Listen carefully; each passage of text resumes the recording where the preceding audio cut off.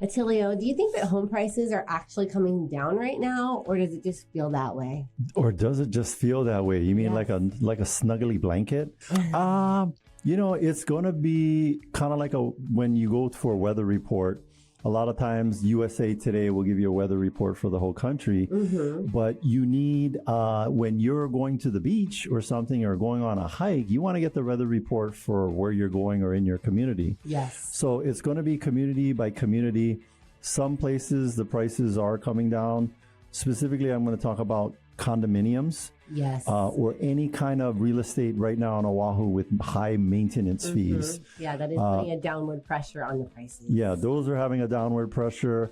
And then the inverse of that is if you are a single family home or condominiums with low or no maintenance fees, that's creating upward pressure because people are not wanting to buy the ones with the high maintenance fees and go to the ones with the low or no. So neighborhood by neighborhood would be my answer to that question. And Do prices feel like they're coming down? Hey, Adrian, if rates have been higher for a while, why don't you think we haven't seen big price drops? That's a great question. We have seen some pretty big price drops in some areas, but there are definitely different ways of strategically putting together offers, prices, deals. And then, of course, there's, the cash buyers. There's also people that have recently sold a home and they do have the cash to either buy down the rates or just have that large down payment. Yeah. And there's also within each neighborhood, if there's not enough inventory, then sellers can keep those prices where they're at. And this is where you ask me the next question. We bounce back and forth. Attilio, do you think that we're headed for a crash or just a more balanced market? Yeah, we're like a 747 pile driving right into the runway. No, that is not going to happen. That is more of your conspiracy, talking heads, rhetoric, flaming it out type of information that's out there. And here's the reality. A lot of the things that were in place, a lot of the things that are the checks and balances that are in place today, it's crazy, but we have a lot of regulation that says if you qualify for a loan, you actually have the ability to repay that loan. So many of those checks and balances have been put in place. So we just don't have the type of loans that we used to have before where like somebody's dog was getting a $500,000 loan, or the guy that worked at the drive-thru at McDonald's making $30K a year was getting a $800,000 loan. All of that's gone. So when you create that stability in the lending market, it stabilizes the market in whole.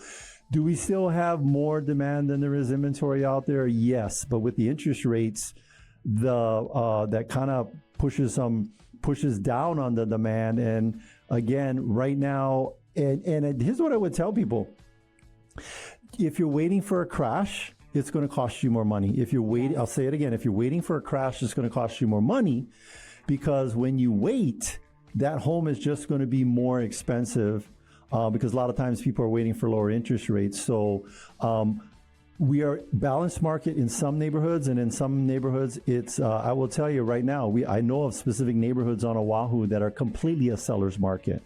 We'll have 50 people showing up at the open houses and multiple offers. And then I have some neighborhoods where it's going to be crickets chirping, if that was the sound effect for an open house. Or there's some neighborhoods where it's a completely buyer's market and it's filled with short sales and upside down sellers. Yeah. So we have all sorts of different extremes all over Oahu.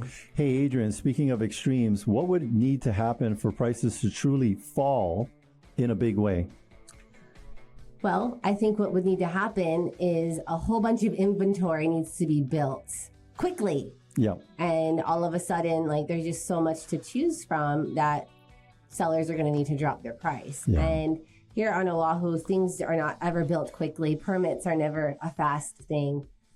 We don't have enough homes for the amount of people here on island. Yeah. And so I don't see that the prices are going to be dropping in a big way. We're never going to have oversupply because if you guys understand Hawaii and its development landscape, it's very difficult to get permits and approvals. Once a developer picks a site, before they even break dirt, it's probably going to be 10 years of of all of this red tape that they need to go through before they could even break ground. In the mainland, they can mow 100 acres and throw up 500 houses just like that. But not here in Hawaii. But not here in Hawaii. All right. Recruiting topics. Okay. We need Jack, was that enough on buyer-seller topics? Yeah, of course. Okay. It was like probably too much. All right. Okay. Go ask me that question. All right. Attilio, when you reach out to your spirit, do you feel like you're providing value or just staying visible?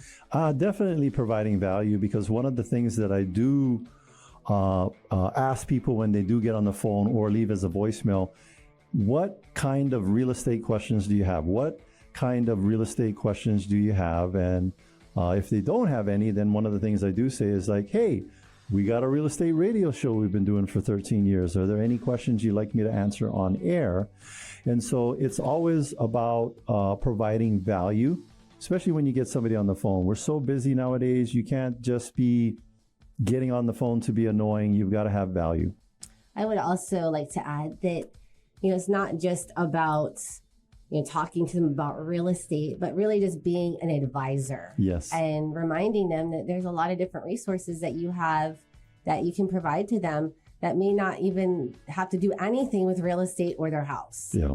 So, Adrian, do you think people get annoyed by frequency or by messages that don't feel relevant to them? Yes. Wait, hold on. Let me say that again, because I would. Yes. Wait, let me say it again, because it sounded like I didn't know what the hell I was talking about at the end. Adrian, do you think people get annoyed by frequency or by messages that don't feel relevant to them? I do. I do think so. And I think that there's a balance and a tactful way to stay in communication and to make things relevant and to be, speaking about things that are important to your sphere of influence. You want to direct the questions and the conversation around what's important to them, not what's important to you and, pushing your agenda. It's really about them and, having them feel like they're being seen and heard. And, like our team, we like to do client events and we're inviting, and whether or not they want to come or they can come, it's nice to be invited, right? And to be thought of. Yes. Attilio, are you using the communication channels your people actually prefer, or just the ones that are easiest for you? I'm completely lazy, so I'm just using the ones. No, I'm not using the ones that are easy for me.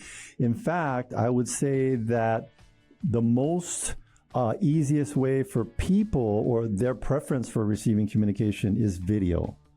If given the choice between, let's say, watching a short video, reading something, or getting a text or an email, I think people are going to default to and always want to click on a quick short video of somebody explaining something that's going to get that information to them in the easiest way for them. But on our end, that takes a little bit to do, shooting a video and answering questions. I want to dovetail this into because not all people are actually technology savvy. In fact, just yesterday, we met with 2 different clients that were both 80 and up age range. Yes. And what is their preferred communication? Their preferred communication, I'll give you the top 3. As far as marketing, they love listening to talk radio. Yes. They love listening to talk radio, and we've been doing that show for over 13 plus years. They love direct phone calls. And then their ultimate Uber favorite, a personal visit. Yes. And spending time with them, listening to their stories. And do we do that? And we do that all the time. In fact, we just spent a couple hours with one of our favorite clients, George from out in Kailua. He races pigeons. Like, learned all about he puts them on racing. He puts them at the start line, and then he lines up with them, and he races the pigeon. No. He's a pigeon coach. He's a pigeon coach. This actually, I've never even heard of this. My dad's heard of this, but pigeon racing actually is from back in the days of the kings and the royalty, and then they would bet money on them. There's no betting on pigeon races. But anyway, they have pigeon racing clubs all over the United States. Never even knew about this. And but these aren't these old ghetto-looking pigeons you see at the zoo or at downtown where they got like missing foot or something. These things are like beautiful. The coloring on these things, and when you hold them, they're soft and silky for the aerodynamic. But So we learn about pigeon racing when we go visit with our clients. Yeah, so you learn about new stuff when you go. We like to learn new things. Yeah. All right. Okay. And then you asked me the last. Hey, Adrian, what would consistent natural follow-up look like if it didn't feel pushy at all? I would say that it's just a simple check-in. Yeah.